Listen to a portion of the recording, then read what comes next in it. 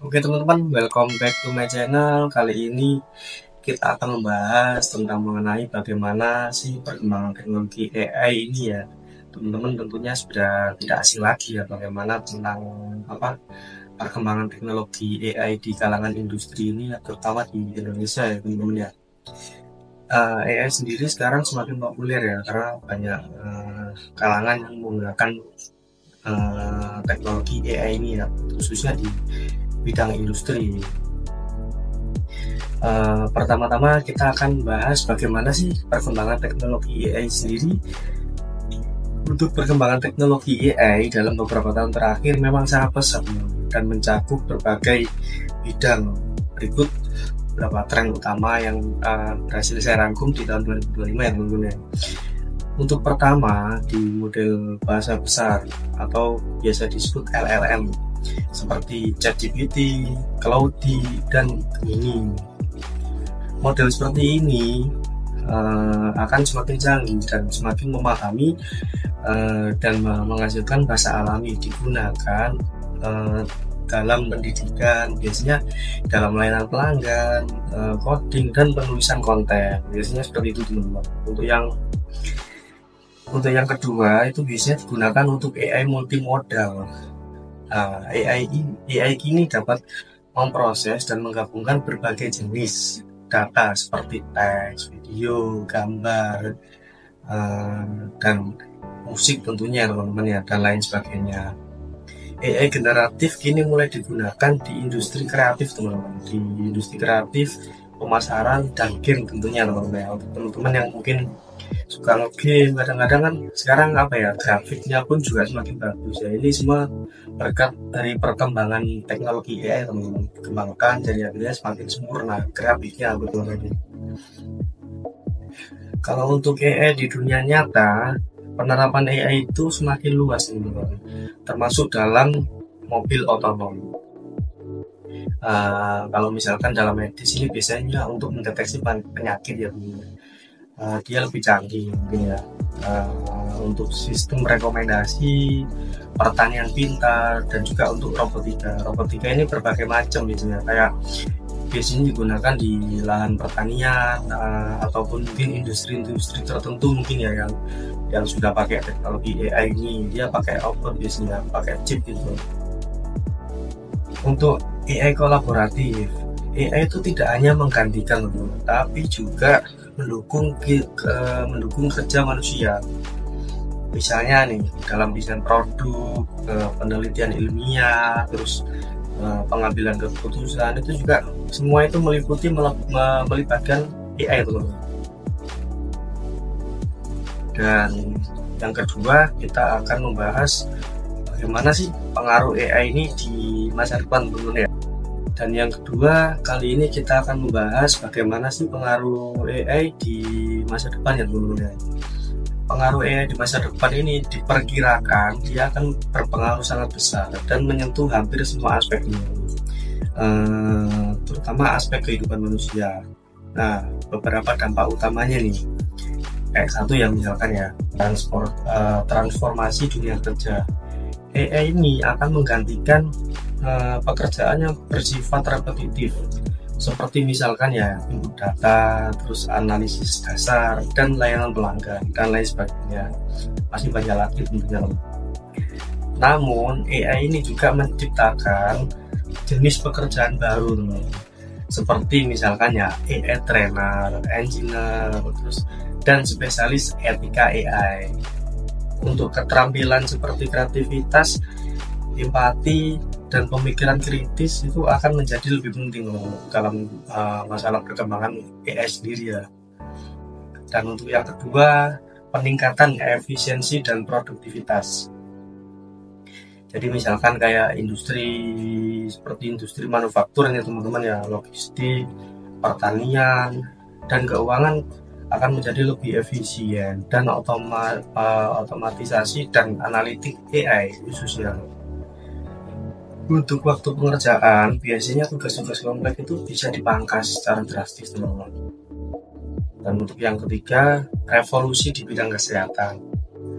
AI ini akan membantu dalam diagnosis dini, pengembangan obat, terus analisis gambar medis, bahkan bisa beda berbasis robot. Nah, canggih banget bukan? AI ini bisa memperpanjang hidup dan meningkatkan kualitas perawatan. Yang keempat, untuk perubahan dalam pendidikan ini pembelajaran akan lebih personal dan adaptif. Dengan AI yang dapat menyesuaikan materi sesuai kebutuhan tiap siswa. Guru akan dibantu AI dalam administrasi dan pemantauan perkembangan siswa. Untuk yang kelima, ini tantangan etika dan sosial. Masalah AI. AI ini bisa menimbulkan masalah privasi, teman-teman. Pengawasan massal, terus diskriminasi algoritmik dan pengangguran jika tidak diatur dengan baik. Lah itu kekurangannya di situ ya. Regulasi dan prinsip etika AI akan menjadi kunci. Dan untuk yang keenam, ini pengaruh global dan pengaruh geopolitik khususnya. Negara-negara yang menguasai AI akan punya pengaruh ekonomi dan militer yang lebih besar daripada tahun sekarang ya teman-teman. Dan akan muncul kompetisi global dalam inovasi dan keamanan berbasis AI. Singkatnya ini adalah AI itu termasuk peluang besar, tapi juga menuntut tanggung jawab yang besar teman-teman. Apakah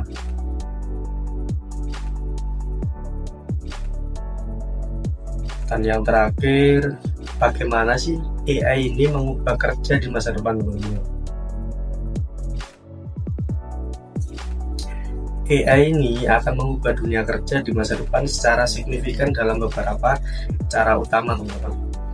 Yang pertama ini otomatisasi tugas rutin, terutama ya seperti tugas-tugas yang bersifat berulang, terus dan administratif seperti entry data, pemrosesan dokumen, layanan pelanggan dasar akan banyak diotomatisasi ya, seperti itulah intinya. Kayak pekerjaan-pekerjaan yang monoton ya mungkin yang seperti itu aja mungkin bisa dilakukan oleh AI. Nah ini juga akan bahaya juga sih buat teman-teman yang mungkin ya di masa depan. Ini akan mengurangi kebutuhan tenaga kerja untuk pekerjaan manual. Dan dua, pekerjaan baru ini akan muncul profesi baru seperti AI trainer, machine learning, engineer, terus etnis spesialis dan analisis data.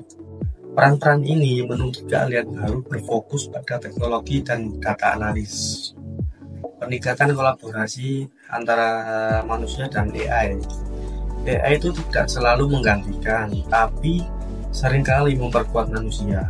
Nah, ini contohnya ini.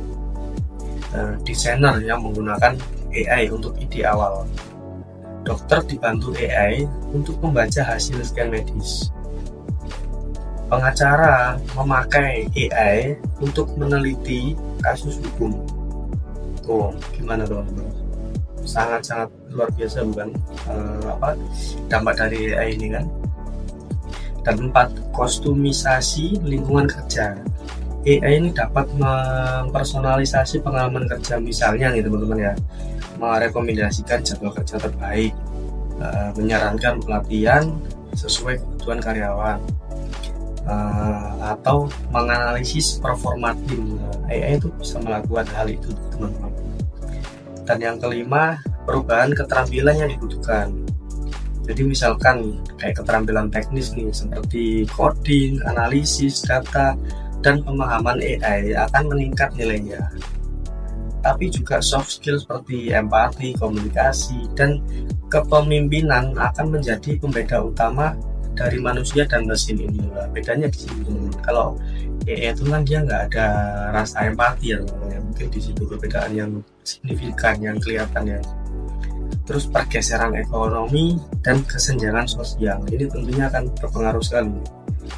Ada resiko kesenjangan digital dan kehilangan pekerjaan jika tenaga kerja tidak cepat beradaptasi. Pendidikan dan pelatihan ulang, reskilling, menjadi sangat penting. Jadi kadang itu apa ya, kita menyikapi teknologi itu harus benar-benar dengan bijak ya teman-teman ya, apalagi kalau kita tidak mengikuti perkembangan teknologi di masa depan, kita akan semakin tertinggal teman-teman. Apalagi sekarang dari tahun ke tahun itu kan perkembangan teknologi itu sangat pesat, sangat maju sekali kalau dibandingkan beberapa tahun yang lalu ya teman-teman ya. Yes, mungkin itu saja mungkin yang bisa saya sharing dengan teman-teman. Mungkin sedikit banyaknya bisa bermanfaat buat menambah wawasan untuk kita. Apabila kalau misalkan saya ada salah kata, ya mohon dimaafkan, dan saya pamit undur diri teman-teman.